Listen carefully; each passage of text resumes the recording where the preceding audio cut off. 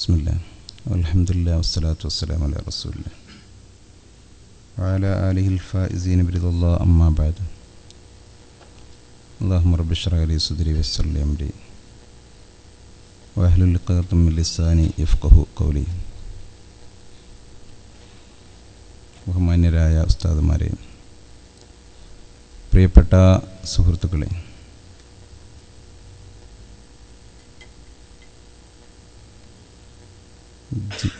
ജീവിച്ചിരിക്കുന്നു എന്ന് കാണിക്കാൻ,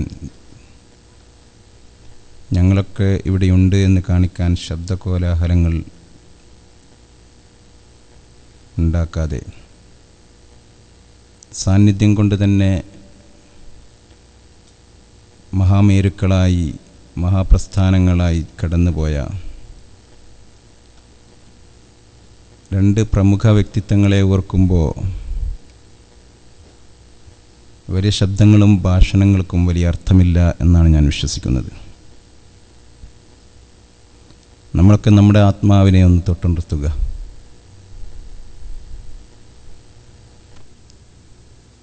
കാലം, തിരമാലകൾ, പ്രപഞ്ചത്തിലെ സകലതും അതിൻ്റെ കർമ്മങ്ങൾ നിർവഹിച്ചുകൊണ്ട് കടന്നേ പോകുന്നു. നമുക്കും പോവണം.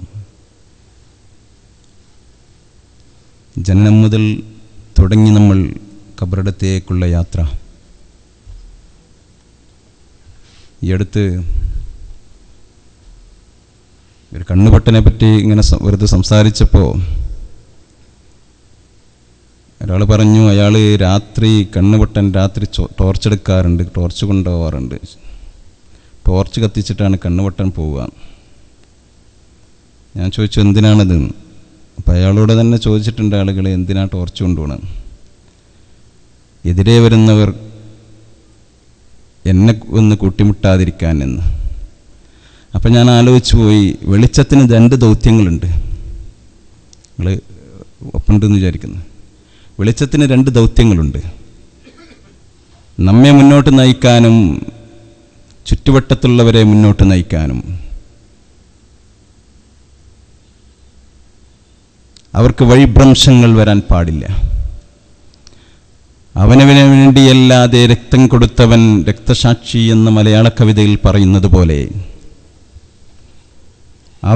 അവന് വേണ്ടിയല്ലാതെ ജീവിതം ഒഴിഞ്ഞു വെച്ചവരെ നമ്മൾ സ്മരിക്കാറുണ്ട് കാലാകാലങ്ങളിൽ. എപ്പോഴും ഈ മഹാന്മാർ സ്വന്തം വെളിച്ചത്തിനൊപ്പം ഒരു ടോർച്ചും കൊണ്ട് നടന്നിരുന്നു സമൂഹത്തിന് വേണ്ടി. അതുകൊണ്ടാണ് നമ്മൾ ഈ സ്ഥാനത്ത് നിന്നുകൊണ്ട് ആ മഹാപ്രസ്ഥാനങ്ങളെ ഓർത്തുപോകുന്നത്. ഇബ്രാഹിം നബി അലൈഹിസ്സലാമിനെ പറ്റി അള്ളാഹു പറഞ്ഞത് അതൊരു സമൂഹമാണ് എന്നാണ്. ജീവിതത്തിൻ്റെ സകല മേഖലകളിലും വെളിച്ചം വിതറി ഇങ്ങനെ കടന്നുപോയ ആളുകളെ പറ്റിയൊക്കെ സമൂഹമായിട്ടാണ് സമൂഹത്തിൻ്റെ കൂടെ ജീവിക്കുന്നവർ മനസ്സിലാക്കുന്നത്. ഓർത്തെടുക്കാൻ കുറേ അർത്ഥതലങ്ങളുണ്ട് അവരെ പറ്റി. ശബ്ദകോലാഹലങ്ങളില്ലെങ്കിലും ബാക്കി വെച്ച ശബ്ദങ്ങളും ഓർമ്മകളും കൊണ്ട് തന്നെ ധന്യമായ ഒരു മുഹൂർത്തങ്ങളൊക്കെ ഇന്നും അവർ നിർമ്മിച്ചു വെക്കുന്നുണ്ട്. നമ്മൾ ആലോചിച്ച് നോക്കണം. ശബ്ദകോലാഹലങ്ങളുടെ ഈ ലോകത്ത് നമ്മൾ സംസ്ഥയുടെ എല്ലാ പണ്ഡിതന്മാരെ എടുത്തു നോക്കുക. ആരെയും ഒഴിവാക്കണ്ട. ആരെയും ഒഴിവാക്കാതെ എല്ലാവരെയും പരിശോധിച്ച് നോക്കുക. അവരൊക്കെ ജീവിച്ചു പോയ വഴി ഏതാണ്?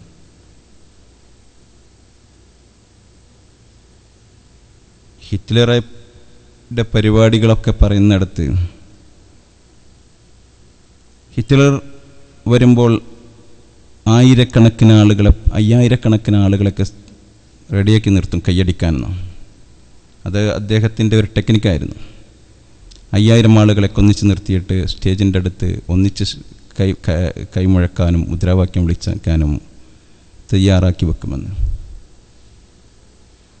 അത് അധികാരം ചോദിച്ചു വാങ്ങേണ്ടവന് എന്നും ഉപയോഗിക്കേണ്ട തന്ത്രങ്ങളുണ്ട്. ഇവർ അധികാരം ചോദിച്ചു വാങ്ങില്ല. ഇവർ ആദരവുകൾ ചോദിച്ചു വാങ്ങിയില്ല. ഇവർ ഒരിക്കലും എന്നെ ബഹുമാനിക്കണമെന്ന് പറഞ്ഞില്ല. ഇരിക്കുന്ന സദസ്സിൽ നിന്ന് പുകഴ്ത്തി പറഞ്ഞാൽ അരുത് എന്ന് പറയാൻ പഠിച്ചവരായിരുന്നു അവർ. പക്ഷേ വാക്കുകൾ കൊണ്ട് നമുക്കൊക്കെ ഇങ്ങനെ പുകഴ്ത്തി പറയാൻ കഴിയുമ്പോഴും നമ്മുടെ മനസ്സിലേക്ക് കടന്നു വരിക ഈ മൂല്യങ്ങളെയൊക്കെ എത്രമാത്രം നമ്മുടെ കൈക്കുമ്പിളുകൾ ഒതുക്കാൻ നമുക്ക് എത്രമാത്രം സാധിക്കുന്നുണ്ട്.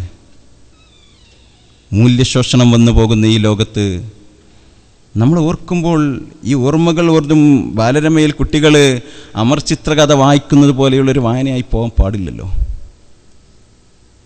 ചിത്രകഥ വായന പോലെയുള്ള ഒരു വായനയായിട്ടുണ്ട് ലോകത്തിൻ്റെ ഈ സ്മരണകളൊക്കെ. അതാവാൻ പാടില്ലല്ലോ. അവർക്ക് ഹലാലും ഹറാമും അങ്ങനെ നമ്മൾ ഹലാല് ഹറാമ് സുന്നത്ത് ബിദഅത്ത് ഖിലാഫുൽ ഔല അങ്ങനെയുള്ള ഈ വകതിരിവുകൾക്ക് അവർക്കില്ലായിരുന്നല്ലോ. നമ്മൾ ഈ സംസാരങ്ങൾക്കപ്പുറത്ത് ഈ ഒരു എന്താ പറയുക പ്രഭാഷണങ്ങൾക്കപ്പുറത്ത് നമ്മളൊന്ന് സംവദിക്കുക, നമ്മോട് തന്നെ സംവദിക്കുക. മഹാന്മാരുടെ ജീവിതം എന്താ? അവർക്ക് അള്ളാഹു അനുവദിച്ചത് അനുവദിക്കാത്തത് അതല്ലേ ഉള്ളൂ. ഫിഖ് എന്ന് പറയുന്നത് യഥാർത്ഥത്തിൽ ജീവിക്കാനുള്ളതാണോ? അല്ലല്ലോ. ഫിഖ് കോടതിക്ക് വിധിക്കാനുള്ളതാണ്. ഒരു സമൂഹം എങ്ങനെ ജീവിച്ചു പോകണം എന്ന് പറയാനുള്ളതാണ്. ഇന്ത്യൻ ഭരണഘടനയിൽ പറയുന്ന എല്ലാ കാര്യങ്ങളൊന്നും ഇന്ത്യൻ സമൂഹത്തിന് മുന്നോട്ട് കൊണ്ടുപോകാൻ കഴിയില്ല. ഒരു ഇന്ത്യൻ സംസ്കാരമുണ്ട്. ആ സംസ്കാരത്തിനനുസരിച്ച് ഇന്ത്യ സമൂഹം പോവുക. ഒരു കൾച്ചർ എന്ന് പറയുന്ന ഒരു ഇത് എല്ലാത്തിനും ഉണ്ടല്ലോ. മഹാന അബൂദർ അൽ ഗഫാരി റളിയല്ലാഹു അൻഹു ഉസ്മാൻ ബിൻ അഫ്ഫാൻ റളിയല്ലാഹുവിൻ്റെ കാലഘട്ടത്തിൽ വന്നുകൊണ്ട് പറയുന്നുണ്ട്, ആളുകളൊന്നും സമ്പാദിക്കാൻ പാടില്ല, ഇസ്ലാമിക മൂല്യങ്ങൾക്ക് അത് എതിരാണ്, ഇസ്ലാമികമായ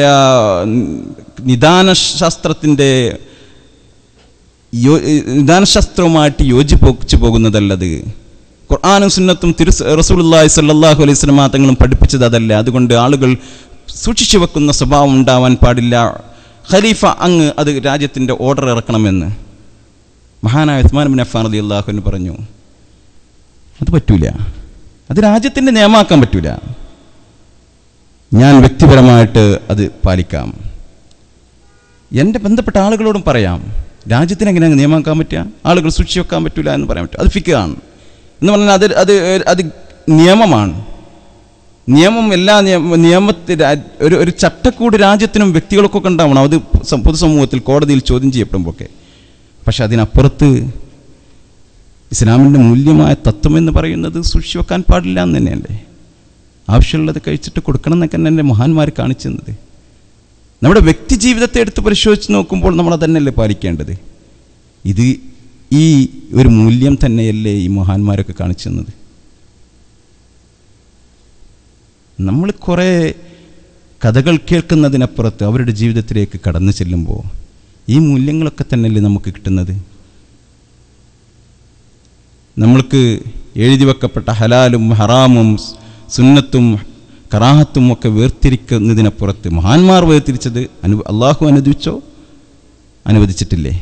ഈ രണ്ട് വേർതിരിവുകളെ മഹാനായ കണ്ണിത്ത് ഉസ്താദിനുണ്ടായിരുന്നുള്ളൂ. അതിനപ്പുറത്ത് കറാഹത്തിൽ നിന്ന് നോക്കിയില്ല, ഹറാമെന്ന് നോക്കിയില്ല, വിദഅത്തെന്ന് നോക്കിയില്ല, ഖിലാഫുൽ ഔല നോക്കിയില്ല. അനുവദനീയമാണോ അല്ലേ? നമ്മുടെ ജീവിതത്തിലും പാലിക്കേണ്ടതല്ലേ. മഹാനായ കെ അബൂബക്കർ ഹസരത്ത് നവ്വറല്ലാഹു മർക്കദ ഒമാനൂർ ദർസ് നടത്തിക്കൊണ്ടിരിക്കുമ്പോൾ പല സംഭവങ്ങളും ഞാനിത് ഏറ്റെടുക്കുമ്പോൾ തന്നെ വല്ലാത്ത ഒരു വിഷമത്തോടു കൂടിയാണ് ഏറ്റെടുത്ത്. കാരണം നമ്മളൊക്കെ കണ്ണിത്ത് ഉസ്താദിനെ സ്മരിക്കാൻ ഒരു അർഹതയില്ലല്ലോ, അർഹതയില്ലാത്ത ഒരു ജോലിയാണ്. പക്ഷേ ഇതാരെങ്കിലും ചെയ്യണ്ടേ? 2-3 വട്ടം ഇങ്ങനെ പറഞ്ഞപ്പോൾ അവരുടെയൊക്കെ ബർക്കത്ത് കൊണ്ട് നാളെ ആഖിറത്തിൽ അവരൊക്കെ മുന്നേ നടന്നു പോകുമ്പോൾ എന്നെ സ്മരിച്ച ആളുകളാണ്, എന്നെ സ്മരിക്കുന്നതിൽ പങ്കെടുത്ത ആളുകളാണ് എന്ന് വിചാരിച്ചുകൊണ്ട് നമ്മളെയൊക്കെ കരുണ തോന്നിയിട്ട് നമ്മളെയും കൂടെ കൂട്ടിയെങ്കിലോ. അല്ലാഹുവേ, ഈ മൃഗങ്ങളും കണ്ണിയത്ത് അഹമ്മദും ഒരു തെറ്റും ചെയ്തിട്ടില്ല എന്ന് അള്ളാഹുവിൻ്റെ മേലിലേക്ക് കൈ ഉയർത്താൻ ധൈര്യം കാണിച്ച മഹാനായ കണ്ണിയത്ത് ഉസ്താദ് നവ്വറല്ലാഹു മർക്കദ. അവർക്കൊക്കെ പിന്നെന്താ അങ്ങനെ ഒരു മനുഷ്യന് ജീവിതത്തിൽ പറയാൻ കഴിയുമെങ്കിൽ പിന്നെ അവർക്കെന്താ കടന്നു പോയിക്കൂടെ? ഒരു ചോദ്യമില്ലാതെ. മഹാനായ KK അബൂബക്കർ ഹസ്രത്ത് ഒമാനൂരിൽ നിന്ന്, അപ്പം നിങ്ങൾ പലപ്പോഴും ചിലത് ഒക്കെ കേട്ടതായിരിക്കും, കേൾക്കാത്തത് പറയാൻ കഴിയില്ലല്ലോ, കാരണം കേട്ടറിവുകളാണ് എനിക്കൊക്കെ ഉള്ളത്. അങ്ങനെ പോവാണ്, കണ്ണിയത്ത് ഉസ്താദിനെ കാണാൻ പോവാണ് വീട്ടിലേക്ക്. വീട്ടിൽ ചെന്ന് ഒരു സംഖ്യ കൊടുത്തു. KK അബൂബക്കർ ഹസ്രത്തിനോട് ചോദിച്ചു, നിങ്ങൾക്ക് കിട്ടുന്ന ശമ്പളം എത്രയാണ്? 750 രൂപ കിട്ടുമെന്ന്. അത് നിങ്ങളുടെ ജീവിതത്തിന് മതിയാകുമോ? ആ മതിയാകും. ഓ എന്നാൽ ഓക്കെ എന്ന്. നമ്മൾ ഈ വിഷയങ്ങളൊക്കെ നമ്മുടെ ജീവിതത്തിലും തട്ടിച്ചു നോക്കേണ്ടതില്ലേ? ധർമാധർമ്മങ്ങൾ ശ്രദ്ധിക്കാതെ, നീതിയും അനീതിയും ശ്രദ്ധിക്കാതെ വാരിക്കൂട്ടുന്ന ഈ വേസ്റ്റുകളൊക്കെ നമുക്ക് തന്നെ ഒരു തിരിഞ്ഞു കുത്തുന്ന ലോകം വരുമെന്നും ഒരു കാലഘട്ടം വരുമെന്നും നമ്മളൊക്കെ ഓർക്കേണ്ടതല്ലേ? മാനബത്തമിൻ ഹറാമിൻ ഫവ ഔലാ ബിന്നാർ. ഹറാമിൽ നിന്ന് ഉദയം ചെയ്തതെന്തും ഹറാമിൽ നിന്ന് അങ്കുരിച്ചതെന്തും മുളച്ചു പൊന്തിയതെന്തും നരകം കൊണ്ടാണ് ബന്ധപ്പെട്ടത് എന്ന് പഠിപ്പിക്കുന്ന ഒരു മതത്തിൻ്റെ അനുയായികളാണ് നമ്മൾ. ജീവിതത്തിൽ ഏത് കോണിൽ വെച്ചാണ് ഈ മഹാന്മാരെ, ഞാൻ കുറച്ചൊക്കെ വായിക്കാൻ ശ്രമിച്ചപ്പോൾ എല്ലാ അർത്ഥത്തിലും നേതാക്കന്മാർ നമുക്ക് മാതൃകകളാണ്. അത് ഈ കണ്ണിയത്ത് ഉസ്താദിനെ മാത്രമല്ല, ഇഷ്ടം പോലെ ഞാൻ വായിച്ചപ്പോൾ എനിക്ക് കിട്ടുകയുണ്ടായി. ക്ലാസ് പറയുന്നിടത്ത് അവിടെ വരെയുണ്ട്. ക്ലാസ് പറയുന്നിടത്ത് വളരെ വലിയ നീളം കുപ്പായും തലയെക്കെട്ടുമായിട്ടാണ് ക്ലാസ്സിൽ വരിക എന്ന്. നമ്മൾ ഏത് മേഖല വെച്ചിട്ടാണ് കണ്ണിയത്ത് ഉസ്താദിനെ സ്മരിക്കുക? കഴിയുന്നില്ല. അതിന് മാത്രമുണ്ട് എല്ലാ മേഖലയിലും. ക്ലാസ്സിൽ അങ്ങനെ വരികയാണ്. പക്ഷേ ആ ക്ലാസ്സിൽ വന്നാൽ പോലും ആ ജുബ്ബയും തലയെക്കെട്ടും പലപ്പോഴും അത് അഴിച്ചു മാറ്റിയും, ജുബ്ബ ഇളക്കിയും തലയെക്കെട്ട് അഴിച്ചു മാറ്റിയും ക്ലാസ്സിൽ നടന്നും ഒക്കെ നിരന്തരം സംസാരിച്ചു കൊണ്ടേയിരിക്കുമെന്ന്. വന്നു ക്ലാസ്സിൽ ഇരുന്നു കൊണ്ട് അടങ്ങിയിരുന്ന് ആരെയും മുഷിപ്പിക്കുന്ന ക്ലാസ്സല്ല. അവിടെ പോലും ശ്രദ്ധിക്കുന്നുണ്ട്, തൻ്റെ വിദ്യാർത്ഥികൾ തന്നെ ശ്രദ്ധിക്കുന്നോ എന്ന്. നടക്കുന്ന ഉസ്താദ്, അപ്പോഴല്ലേ കുട്ടികളും ഉറങ്ങാതിരിക്കുക? എവിടെയാണ്? മഹാനായ ചെറുശ്ശേരി ഉസ്താദ് പറഞ്ഞ അനുഭവം കേട്ടിട്ടുണ്ടാവാം നിങ്ങൾ. ചെറുശ്ശേരി ഉസ്താദ് കൊണ്ടോട്ടി കോടങ്ങാട് ദർസ് നടത്തിക്കൊണ്ടിരിക്കുമ്പോൾ കണ്ണിയത്ത് ഉസ്താദിൻ്റെ മകളെ ആ ദേശത്തേക്ക് കല്യാണം കഴിച്ചിട്ടുണ്ട്. കണ്ണിയത്ത് ഉസ്താദ് മകളെ കാണാൻ പോവാൻ രാത്രിയായി ഇശാ നിസ്കരിച്ചു. ചെറുശ്ശേരി ഉസ്താദിൻ്റെ പള്ളിയിൽ നിന്നാണ്, കോടങ്ങാട് നിന്നാണ് ഇശാ നിസ്കരിക്കുന്നത്. നിസ്കരിച്ച് നേരം വൈകിയപ്പോൾ ചെറുശ്ശേരി ഉസ്താദ് പറഞ്ഞു, ഇന്ന് ഇവിടെ കിടന്നിട്ട് രാവിലെ എഴുന്നേറ്റ് പോകാമെന്ന്. അപ്പോൾ ഭക്ഷണമൊക്കെ കഴിച്ച് ഉറങ്ങാൻ നേരത്ത് ചോദിക്കുകയാണല്ല, ഈ പള്ളിയിലെ പായക്കപ്പോൾ എത്തിക്കാഫിരിക്കാൻ വേണ്ടി വഖഫ് ചെയ്തല്ലേ, അതിപ്പോൾ കിടക്കാൻ പറ്റുമോ?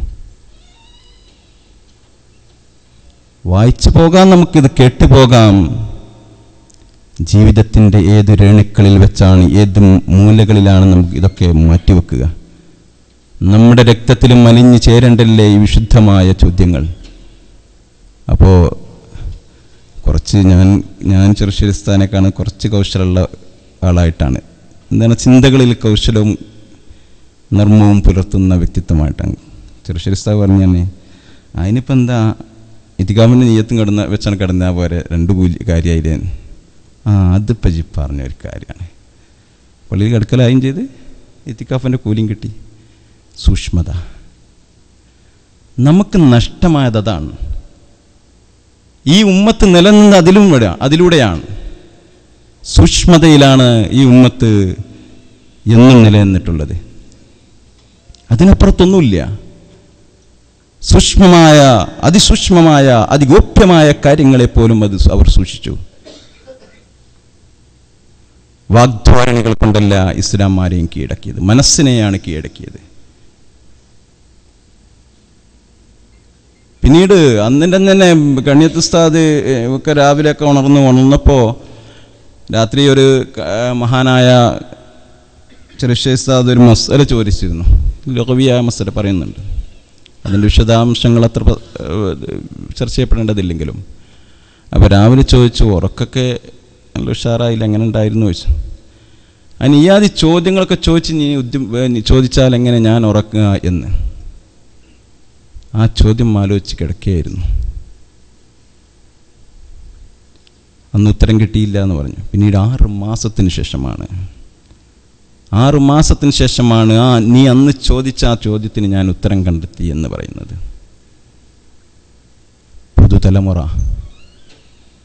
പുതുതലമുറക്ക് നാം കൈമാറുന്ന സന്ദേശം എന്താണ്? ഈ ലോകത്തിൻ്റെ നവജാഗരണത്തിൻ്റെ കാലഘട്ടത്തിൽ എല്ലാവിധ മൂല്യങ്ങളും നഷ്ടപ്പെട്ടുകൊണ്ട് ധർമാധർമ്മങ്ങൾ അറിയാതെ ഒരു തലമുറ മുന്നോട്ട് വരുമ്പോൾ നമ്മൾക്ക് ഈ ഗാഥകളൊക്കെ എനിക്ക് തോന്നിപ്പോകുന്നത് മഹാനായ ഷാഫി റളിയല്ലാഹുവിനെയും അബൂ ഹനീഫ റളിയല്ലാഹുവിനെയും മാലിക് റളിയല്ലാഹുവിനെയും ഒക്കെ അഹ്മദ് റളിയല്ലാഹുവിനെയും ഒക്കെ കാലഘട്ടമാണ്. ശക്തമായ ചേരിത്തിരിവുകൾ കൊണ്ട് ഇസ്ലാമിക ലോകം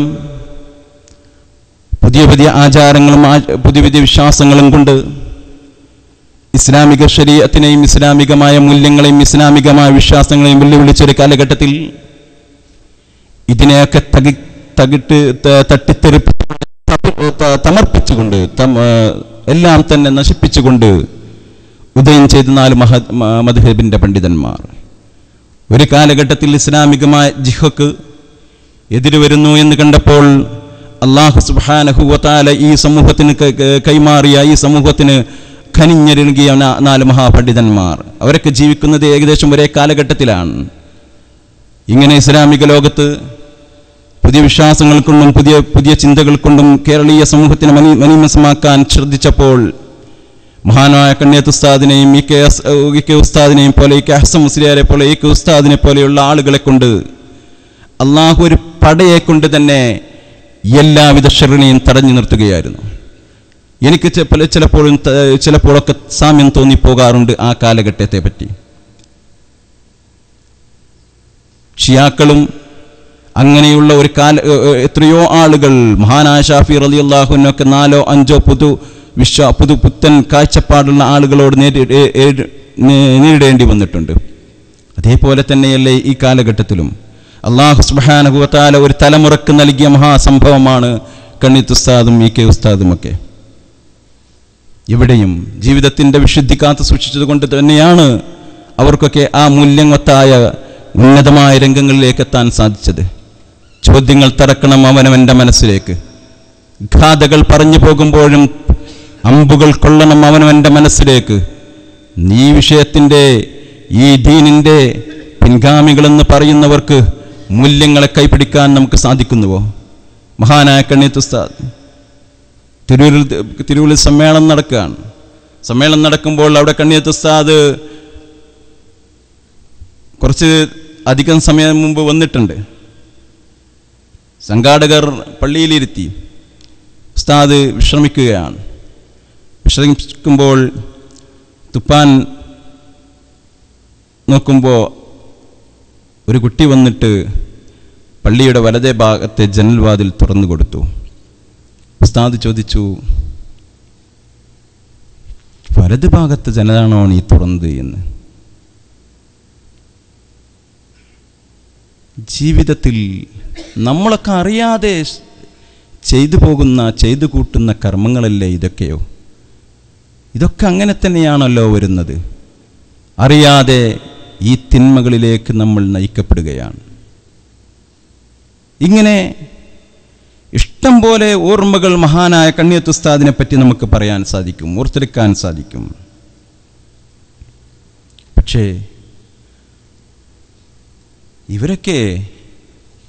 ഇവരൊക്കെ വളർത്തിക്കൊണ്ടുവന്ന ഒരു സമൂഹമുണ്ടല്ലോ, അത് കഴിഞ്ഞു പോയിക്കൊണ്ടിരിക്കുകയാണോ? നമ്മൾ അവരിൽ നിന്നൊക്കെ മൂല്യങ്ങൾ സ്വീകരിച്ചു. ആ മൂല്യങ്ങളെ കാത്തു സൂക്ഷിക്കാൻ മൂല്യങ്ങൾ നഷ്ടപ്പെടുന്നു. നാം നമ്മെ തിരിച്ചറിയുന്നില്ല, ഏതാണ് പാരമ്പര്യമെന്ന് തിരിച്ചറിയുന്നില്ല. പഠിക്കുന്ന കാലത്ത് ചില ആളുകൾക്കൊക്കെ അറിയാം, കുറച്ച് എന്താ പറയുക, പുതിയ കാഴ്ചപ്പാടുകളൊക്കെ ഉള്ള ആളായിരുന്നു ഞാൻ. ചോദ്യം ചെയ്യാറുണ്ടായിരുന്നു ഉസ്താദ്മാരെ. പക്ഷേ ഇന്ന് അൽഹംദുലില്ലാ കുറച്ചൊക്കെ വായിച്ചത് കൊണ്ടായിരിക്കണം, ഇന്ന് കണ്ണിയത്ത് ഉസ്താദ് ഒരു വിഷയം ചെയ്താൽ നമുക്കുറപ്പാണ്, കെ ഉസ്താദ് ഒരു വിഷയം ചെയ്താൽ നമുക്കുറപ്പാണ്, കാളമ്പാടി ഉസ്താദ് ഒരു വിഷയം ചെയ്തിട്ടുണ്ടോ ഉറപ്പാണ്. ഉറപ്പുകൾ പലപ്പോഴും നമുക്കൊന്നും വരുന്നില്ലല്ലോ. ചോദ്യശരങ്ങൾ നമുക്ക് പലപ്പോഴും നമ്മുടെ മനസ്സിലെന്താണ് ഉദിച്ചു വരുന്നത് പഠിക്കുന്നില്ല, അറിയുന്നില്ല, മനസ്സിലാക്കുന്നില്ല.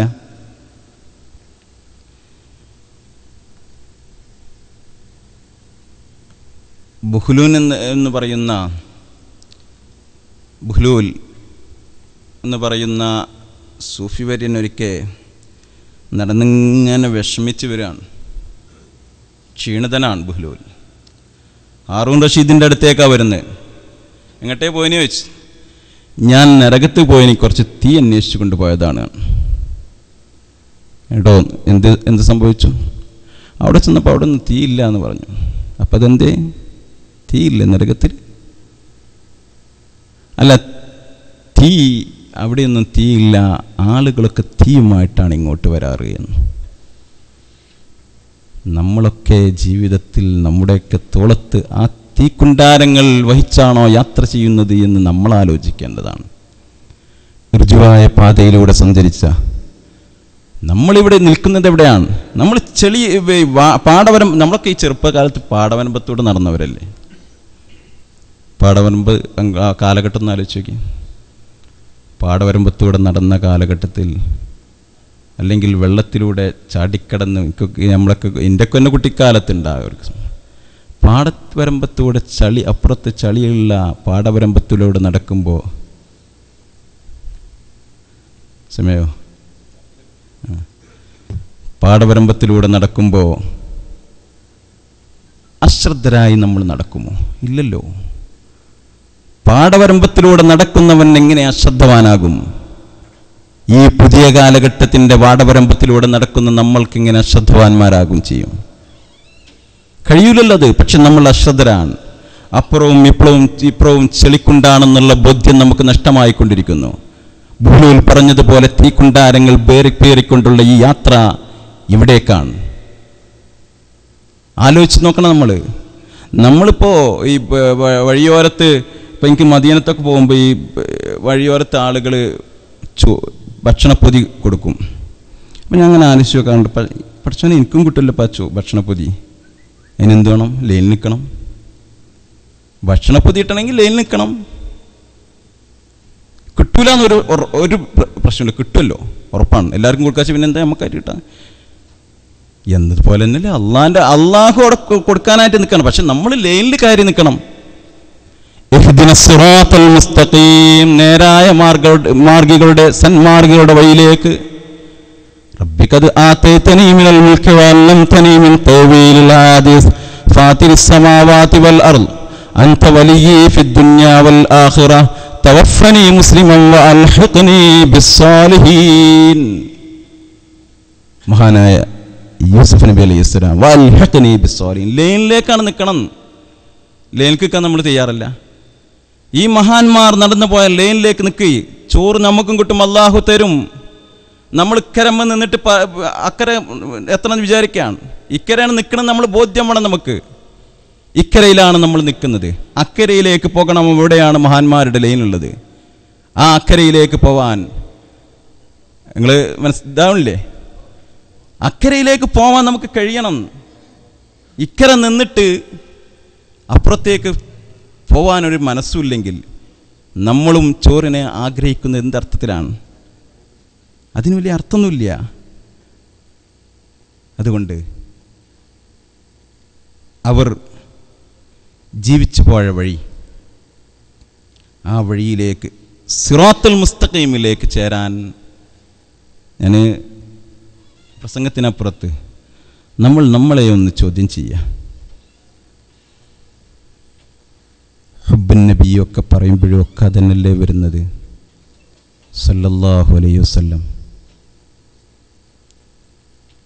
ഒന്ന് കൈവച്ച് ചോദിക്കുക, ഉമ്മാനെയും ബാപ്പാനേക്കാളും മക്കളെക്കാളും സ്വന്തം ശരീരത്തെക്കാളും ഇഷ്ടമുണ്ടോ എന്ന് ചോദിക്കുക. മക്കളെ സൗണ്ട് കേട്ടാൽ മക്കളെന്തോ എഴുതിയിട്ടുണ്ടല്ലോ, അതൊന്നും എന്ത് രസമുണ്ടോ, വായിച്ചു വെക്കാൻ നമ്മൾ തയ്യാറാണ്.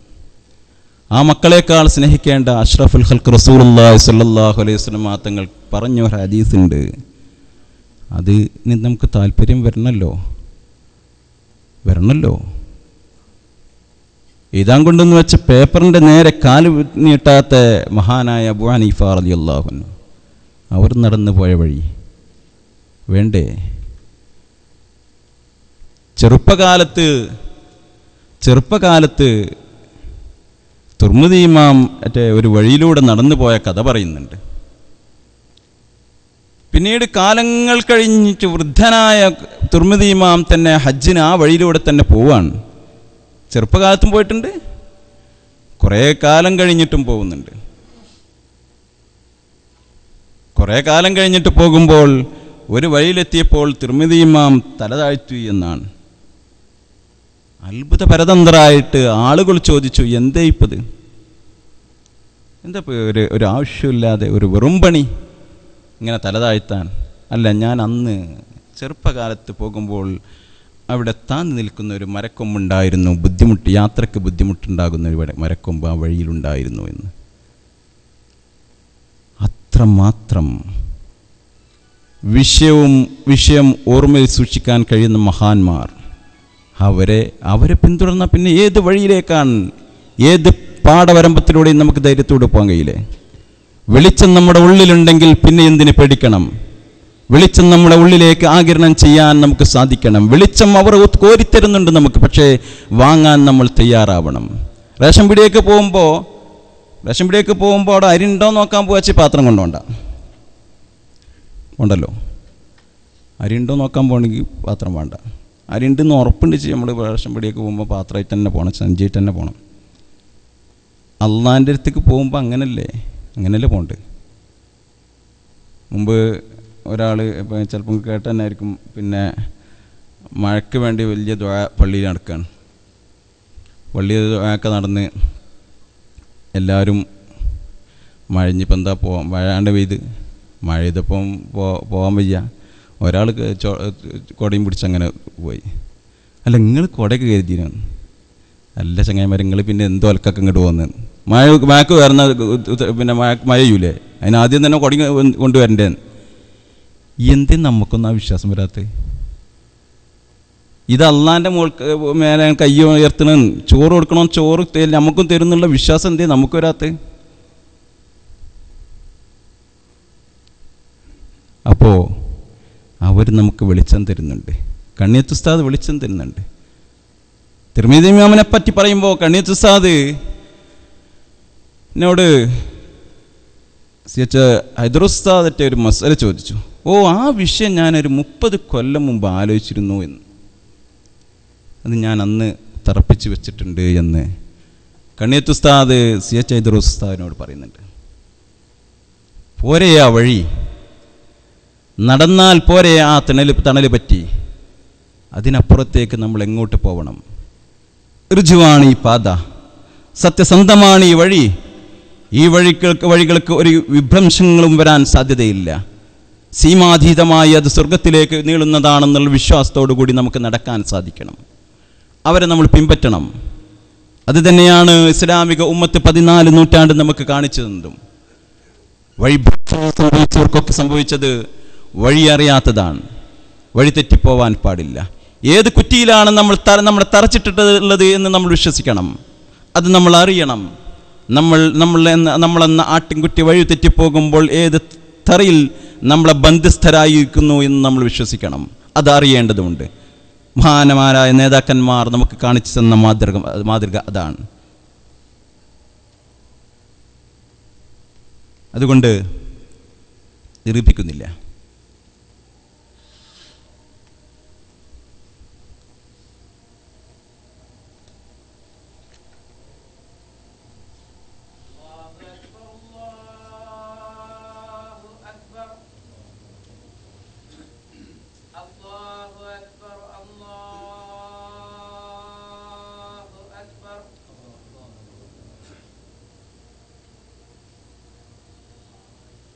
أشهد أن لا إله إلا الله أشهد أن لا إله إلا الله أشهد أن محمدا رسول الله أشهد أن محمدا رسول الله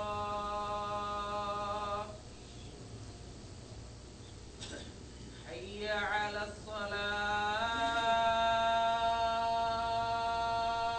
الصلاة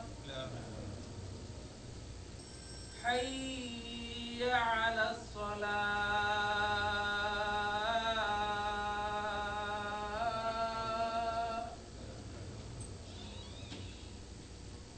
حي على الفلاح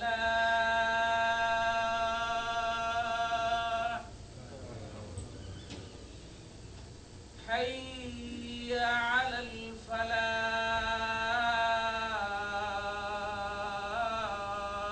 الفلاح الله أكبر الله أكبر لا إله إلا الله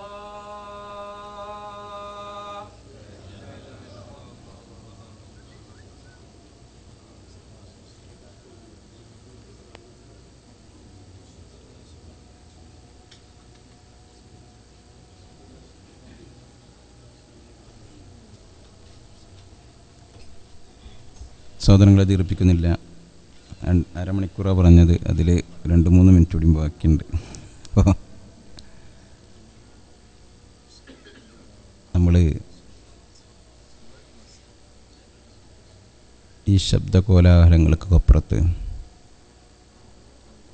നമ്മൾ നമ്മെ തന്നെ ഒന്ന് ചോദ്യം ചെയ്യാൻ തയ്യാറാവുകയാണ് വേണ്ടത്. ലളിത ജീവിതം എന്നുള്ളതായിരുന്നു ഇവരൊക്കെ കാണിച്ചത് മുഖമുദ്ര. എല്ലാവരെയും പറ്റി നമ്മൾ പരിശോധിച്ച് നോക്കുമ്പോൾ, സംസ്ഥയുടെ നേതാക്കന്മാരൊക്കെ പറ്റി പരിശോധിച്ച് നോക്കുമ്പോൾ അത് തന്നെയാണ്. നാട്ടിക് ഉസ്താദ് വയലിന് പോയി, ഈ അടുത്തൊരാൾ പറഞ്ഞതാണ്, വയലിന് പോയി തിരിച്ചു വന്നു. വയലിന് കൊണ്ടുപോയാൽ ഭക്ഷണം കൊടുത്തില്ല.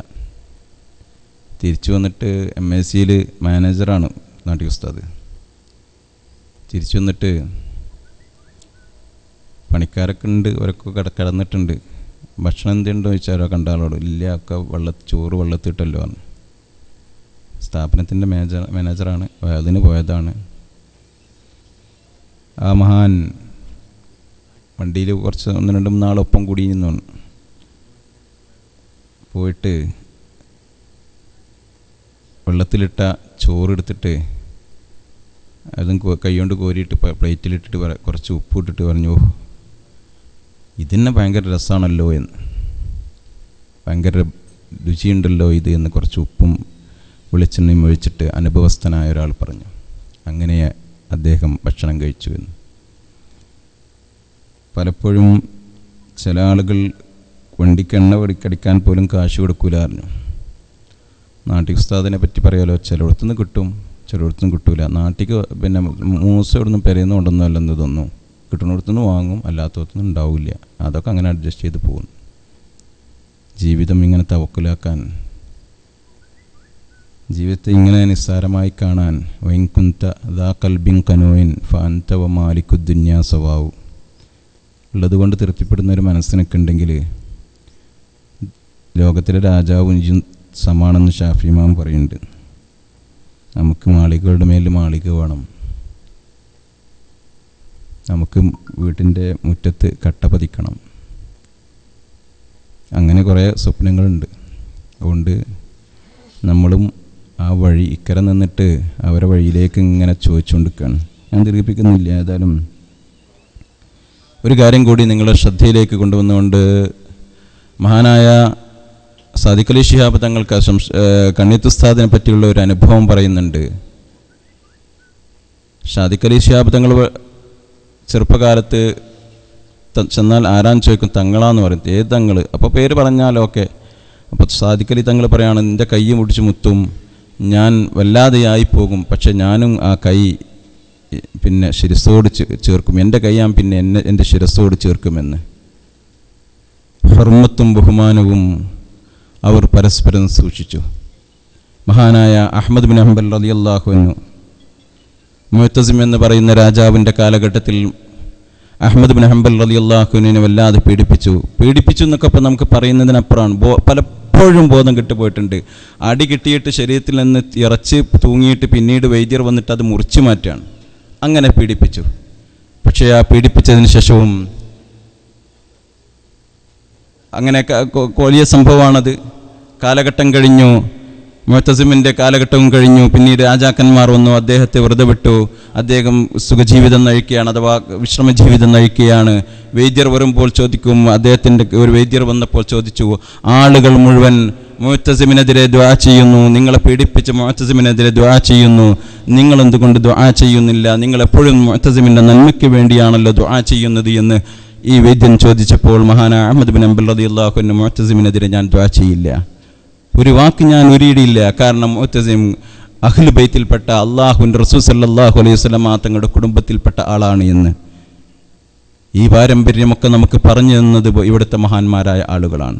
അതുകൊണ്ട് ഈ പാരമ്പര്യം മുറുകെ പിടിക്കുക, നമ്മൾ വായിക്കുക, നമ്മൾ പഠിക്കുക, ഈ മഹാന്മാരെ പറ്റി പഠിക്കുക. നമ്മൾ കരുതി വെക്കണം ചില മൂല്യങ്ങളൊക്കെ നമ്മുടെ മക്കൾക്ക് കുറിച്ചു കൊടുക്കാൻ, നമ്മുടെ മക്കൾക്ക് പറഞ്ഞു കൊടുക്കാൻ. ഈ മൂല്യങ്ങളൊക്കെ നഷ്ടപ്പെട്ടു പോയാൽ പുതിയ വാട്സപ്പിൻ്റെയും നവ മീഡിയകളുടെ ലോകത്ത് നമുക്ക് ചില മൂല്യങ്ങളൊക്കെ നമ്മുടെ മക്കൾക്ക് കൈമാറാൻ സാധിക്കുന്നില്ല എങ്കിൽ ഈ സമൂഹത്തിന്, ഈ സമുദായത്തിന് വരുന്ന ഏറ്റവും വലിയ ദുരന്തമായിരിക്കും അത്. നമ്മൾ അറിയണം അതിനെ. റസൂലുള്ളാഹി സ്വല്ലല്ലാഹു അലൈഹി വസല്ലം തങ്ങളെ പറ്റി പഠിക്കണം, ഈ മഹാന്മാരെ പറ്റി പഠിക്കണം. അങ്ങനെയുള്ള ആളുകളെ പറ്റി പഠിച്ചുകൊണ്ട് നമ്മൾ തലമുറയ്ക്ക് ഈ സന്ദേശം കൈമാറണമെന്ന് നമ്മൾ വളരെ അധികം വലിയ ഒരു വിശ്വാസം നമ്മൾ മനസ്സിൽ കരുതണം. നമ്മൾ അങ്ങനെയുള്ള ഒരു ഉറപ്പ് നമ്മൾ മനസ്സിലുണ്ടാക്കിയെടുക്കേണ്ടതുണ്ട്. അവരും നമ്മളെപ്പോലെയുള്ള മജ്ജയും മാംസവും വികാരങ്ങളുമുള്ള ആളുകളായിരുന്നു. ചരിത്രത്തിൽ പറയുന്നുണ്ട് ആമിർ ബിൻ അബ്ദില്ല എന്ന് പറയുന്ന ഒരാളെ പറ്റി. അദ്ദേഹം അള്ളാഹുവിനോട് പല കാര്യങ്ങളും ചോദിക്കുകയാണ്. 3 കാര്യങ്ങളാണ് പ്രധാനമായിട്ട് ചോദിക്കുന്നത്. ഞാൻ ആലോചിച്ച് നോക്കുകയാണ്, ഈ കാലഘട്ടത്തിൽ അത് വളരെ പ്രസിദ്ധമാണെന്നും തോന്നുന്നു. അദ്ദേഹം അള്ളാഹുവിനോട് ചോദിച്ചു, സ്ത്രീകളെ പറ്റി എനിക്കൊരു താല്പര്യം ഉണ്ടാവരുത് എന്ന്. വലിയ കഥയുടെ ബാക്കിയാണ്. പക്ഷേ അദ്ദേഹം പിന്നീട് പറയുന്നുണ്ട്, ഒരു ചുമര് കണ്ടാലും ഒരു സ്ത്രീയെ കണ്ടാലും എനിക്ക് സമമാണ് എന്ന്. നമ്മളെപ്പോലെ മജ്ജയുള്ള, നമ്മളെപ്പോലെ മാംസമുള്ള, നമ്മളെപ്പോലെ വിചാരങ്ങളുള്ള ഒരു മനുഷ്യന് അങ്ങനെയൊക്കെ സാധിക്കുമെങ്കിൽ നമുക്കും സാധിക്കണമല്ലോ. കണ്ണീർ ഉസ്താദ്, മി കെ ഉസ്താദ് ഈ കാലഘട്ടത്തിൽ, നമ്മുടെ കാലഘട്ടത്തിലാണ് ജീവിച്ചു പോയത്. അവർക്ക് ഇങ്ങനെയുള്ള ആളുകൾക്കിടയിൽ നിന്നുകൊണ്ട് തന്നെ ഇങ്ങനെ സൂഫിവര്യന്മാരായി ജീവിക്കാൻ സാധിച്ചുവെങ്കിൽ നമുക്കുമൊക്കെ അതിന് സാധിക്കും.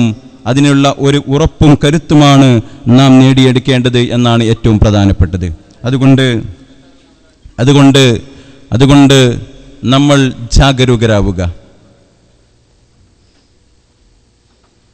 മഹാനായ സഅദ് ബിൻ അബീ വക്കാസ് റളിയല്ലാഹു അൻഹു യൂഫ്രട്ടീസ് നദി മുറിച്ചു കടക്കാൻ അദ്ദേഹത്തിന് വെള്ളത്തിൻ്റെ മുകളിലൂടെ നടക്കാൻ സാധിച്ചുവെങ്കിൽ ഖൈർവാൻ പട്ടണം നിർമ്മിക്കുന്ന സമയത്ത് ഉഖബത്ത് ബിൻ നാഫി റളിയല്ലാഹു അൻഹു ഖൈർവാൻ പട്ടണം നിർമ്മിക്കാൻ പോവുകയാണ്.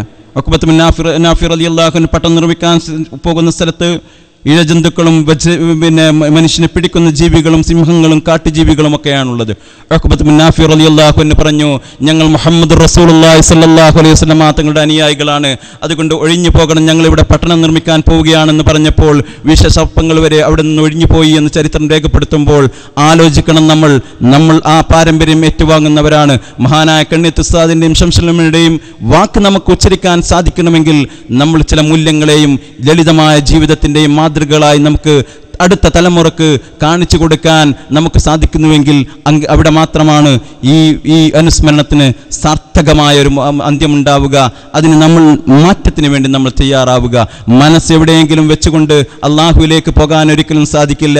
അതുകൊണ്ട് ഈ ലൈനിലേക്ക് പോരുക. അക്കരെ നിന്നുകൊണ്ട് ഈ ലൈനിലേക്ക് പോരണമെന്ന് ആരെങ്കിലും വിചാരിക്കുന്നെങ്കിൽ അത് വ്യർത്ഥമാണ്, അത് മൂഢത്തരമാണ്. നമ്മൾ ഇർജുവായ ഇഹ്ദിന സിറാത്തൽ മുസ്തഖീം, നേരായ മാർഗത്തിലേക്ക് നമ്മൾ സഞ്ചരിക്കാൻ നമ്മൾ തയ്യാറാണ്. തയ്യാറാവണം. അള്ളാഹു മാറ്റത്തെ കൊണ്ടുവരില്ല നിങ്ങൾ മാറ്റത്തിന് തയ്യാറാകാത്ത കാലഘട്ടത്തോളം എന്ന്. നിങ്ങൾ മാറ്റത്തിന് തയ്യാറുണ്ടോ? ഞാൻ മാറ്റത്തിന് തയ്യാറുണ്ടോ? എൻ്റെ മനസ്സ് മാറണം, എൻ്റെ ജീവിതം മാറണം, എൻ്റെ ശരീരം മാറണം, എൻ്റെ മക്കൾ മാറണം, കുടുംബം മാറണം എന്ന് നിങ്ങൾക്കും എനിക്കും മാറ്റത്തിന് വേണ്ടി നമ്മൾ ത്യാഗിക്കുന്നുവോ, നമ്മൾ അതിനുവേണ്ടി ത്വരപ്പെടുന്നുവോ, നമ്മൾ അതിനു വേണ്ടി ആഗ്രഹിക്കുന്നുവോ, ഈ ചിരപരിതമായ ഈ തെറ്റുകളെയൊക്കെ മാറ്റിക്കൊണ്ട് നമുക്ക് മുന്നേറാൻ സാധിക്കും. ഈ മഹാന്മാരുടെ ബർക്കത്ത് കൊണ്ട് അള്ളാഹു നമുക്ക് തൗഫീക്ക് നൽകട്ടെ. അസ്സലാമു അലൈക്കും വറഹ്മത്തുള്ളാഹി.